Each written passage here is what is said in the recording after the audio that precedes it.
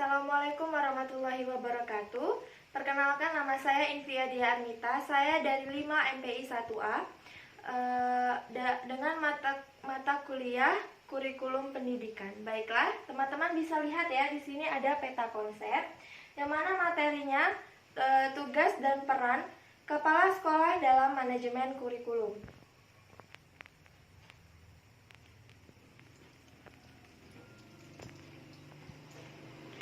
Baiklah, yang pertama ada kinerja kepala sekolah. Kinerja kepala sekolah dapat dipahami sebagai upaya yang dilakukan oleh seseorang kepala sekolah dalam melakukan tugas dan perannya sebagai seorang kepala sekolah. Baik itu kepala sekolah dalam jenjang taman kanak-kanak atau TK sampai dengan jenjang pendidikan sekolah menengah atas atau kejuruan.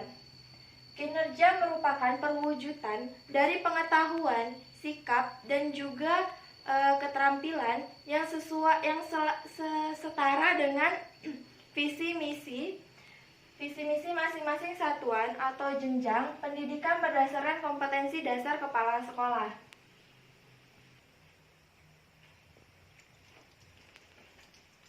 Baiklah, selanjutnya di sini ada pendekatan kepala sekolah. Pendekatan kinerja kepala sekolah bisa dilakukan dengan berbagai cara, di antaranya dengan pendekatan ekspositorik. Teman-teman tahu tidak pendekatan ekspositorik itu apa?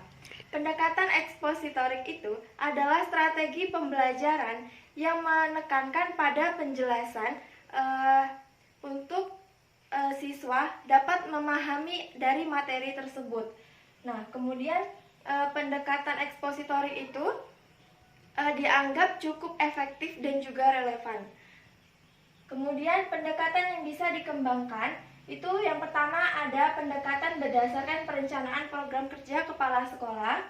Yang kedua ada pendekatan berdasarkan proses kinerja kepala sekolah. Yang ketiga ada pendekatan berdasarkan produk atau hasil dari kinerja kepala sekolah. Yang terakhir ada pendekatan dampak dari pemanfaatan produk kinerja kepala sekolah.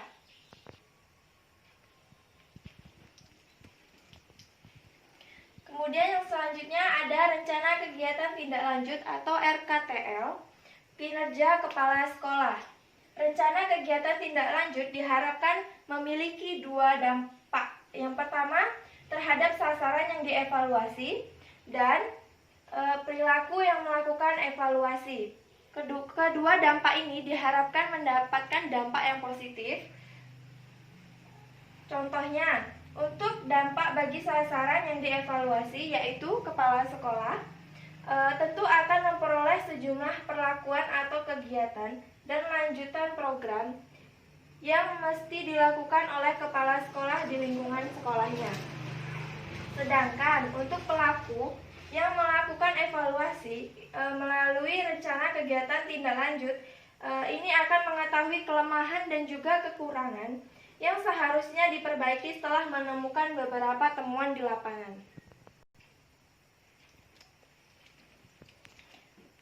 Kemudian yang terakhir ada tugas dan peran kepala sekolah dalam manajemen kurikulum.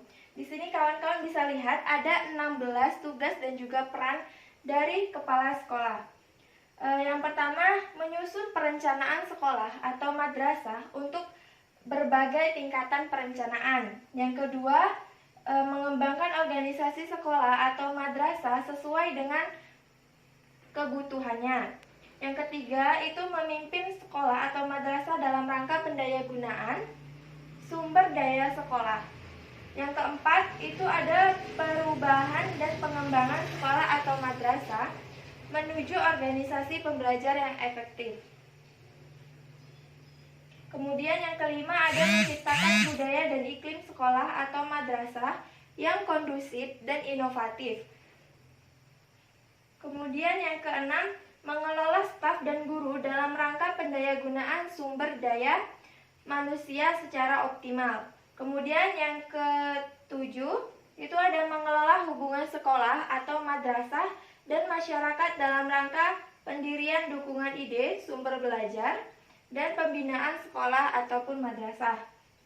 Yang kedelapan, itu adalah mengelola sarana dan juga prasarana sekolah dalam rangka pendayagunaan secara optimal. Kemudian yang kesembilan ada mengelola peserta didik dalam rangka penerimaan peserta didik baru serta penempatan dan pengembangan kapasitas peserta didiknya. Kemudian di sini yang 10 ada mengelola pengembangan kurikulum dan kegiatan pembelajaran sesuai dengan arah dan tujuan pendidikan nasional.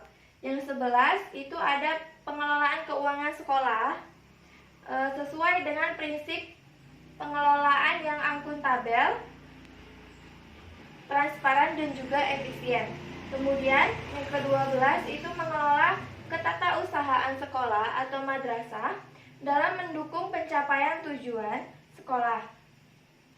Yang ke-13 itu ada mengelola unit layanan khusus sekolah untuk mendukung kegiatan pembelajaran dan kegiatan peserta didik di sekolah atau madrasah. Kemudian yang ke-14 itu ada mengelola sistem informasi sekolah dalam mendukung penyusunan program dan pengambilan keputusan.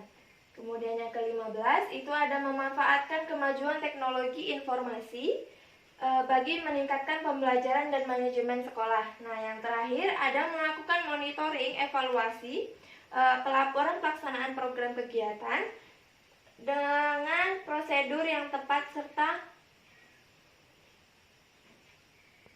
Baiklah, di sini saya sudah menjelaskan dari peta konsep tentang tugas dan peran kepala sekolah dalam manajemen kurikulum. Saya ucapkan terima kasih. Wallahul muwaffiq ila aqwamit thoriq. Wassalamualaikum warahmatullahi wabarakatuh.